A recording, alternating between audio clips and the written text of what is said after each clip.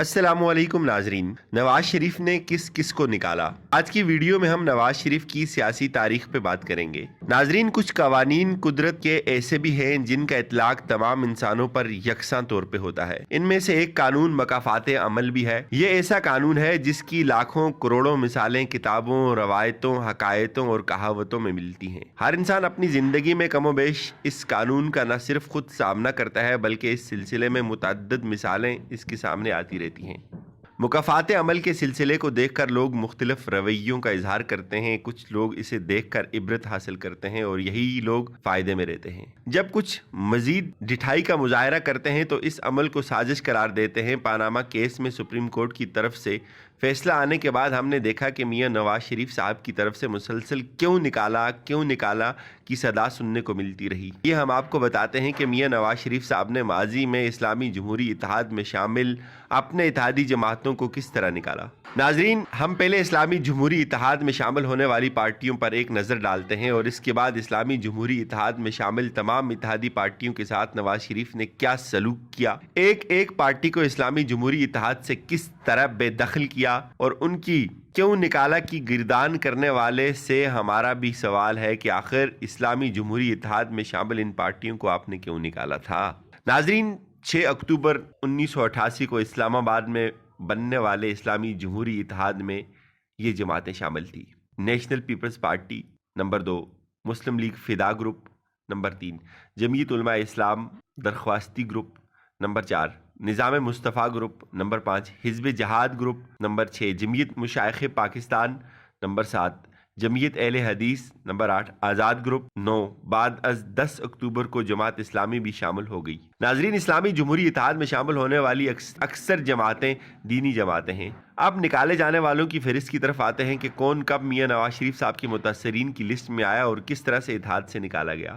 آغا پویا اور ان کی جماعت حزب جہاد کو غیر ذمہ دارانہ بیانات دینے پر پی ڈی اے کے ساتھ مل جانے کے الزام لگایا اور یوں ان کی جماعت حزب جہاد کو اسلامی جمہوری اتحاد سے نکال دیا گیا۔ 18 مارچ 1992 کو نواز شریف نے غلام مصطفیٰ جتوئی کی نیشنل پیپلز پارٹی کو اسلامی جمہوری اتحاد سے نکالنے کا اعلان کر دیا۔ یہ کارروائی سندھ کی سیاست میں ان کی پارٹی کے پی ڈی اے کے ساتھ اتحاد کی وجہ سے کی گئی۔ نواز شریف نے یہ بھی کہا کہ یہ اقدام اتحادیوں کے مشورے سے کیا، جبکہ دوسری طرف امیر جماعت اسلامی قاضی حسین احمد نے اس اقدام کو غیر آئینی قرار دیتے ہوئے کہا کہ کسی فرد واحد کو یہ اختیار ہرگز حاصل نہیں کہ وہ اس طرح کے کسی شریک جماعت کو اتحاد سے خارج کر دے۔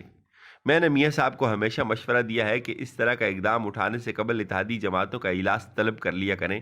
ایسے اقدامات اتحاد کو ختم کرنے کے مترادف ہیں۔ 3 نومبر 1992 کو جمعیت اہل حدیث کے سربراہ پروفیسر ساجد میر نے اتحاد سے علیحدگی کا اعلان کیا۔ وجہ یہ بتائی کہ موجودہ حکومت اسلامی جمہوری اتحاد کی نہیں بلکہ مسلم لیگ کی ہے۔ گویا نواز شریف کا رویہ ہی ان کے لیے علیحدگی کا سبب بنا۔ 5 مئی 1992 کو لیاقت بلوچ نے اسلام آباد میں پریس کانفرنس کر کے جماعت اسلامی کی اسلامی جمہوری اتحاد سے علیحدگی کا اعلان کیا۔ وجہ یہ بتائی کہ علاقائی اور علیحدگی کا رجحان رکھنے والے گروہوں کو زیادہ توجہ دی جا رہی ہے، جبکہ میاں محمد نواز شریف کے رویے کی وجہ سے اسلامی جمہوری اتحاد عملاً ختم ہو چکا ہے۔ وہ اتحاد یا پارٹی میں اپنی اجارہ داری کے علاوہ کسی اور کی اجارہ داری تسلیم نہیں کرتے۔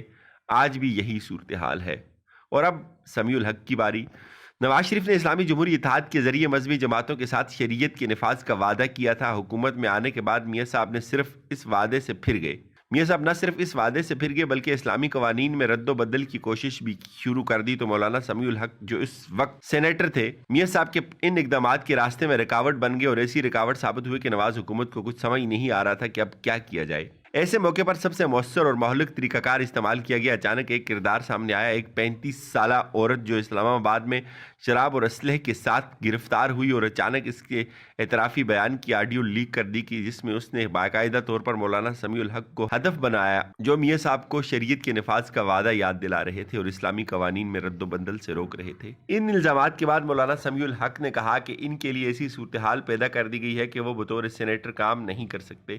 اس کے ساتھ ہی انہوں نے استعفیٰ دے دیا۔ 2 نومبر 1992 کو مولانا سمیع الحق نے اسلام آباد میں پریس کانفرنس کرتے ہوئے کہا کہ اسلامی جمہوری اتحاد کے نائب صدر پر غیر اخلاقی الزامات لگائے جا رہے ہیں اور حکومت خاموش ہے۔ مجھے اپنے موقف سے ہٹانے کے لیے سازش کی گئی۔ ناظرین، یہ مختصر تاریخ ہے کہ میاں نواز شریف نے کون کون سے کنڈے استعمال کر کے کس کس کو بے دخل کیا۔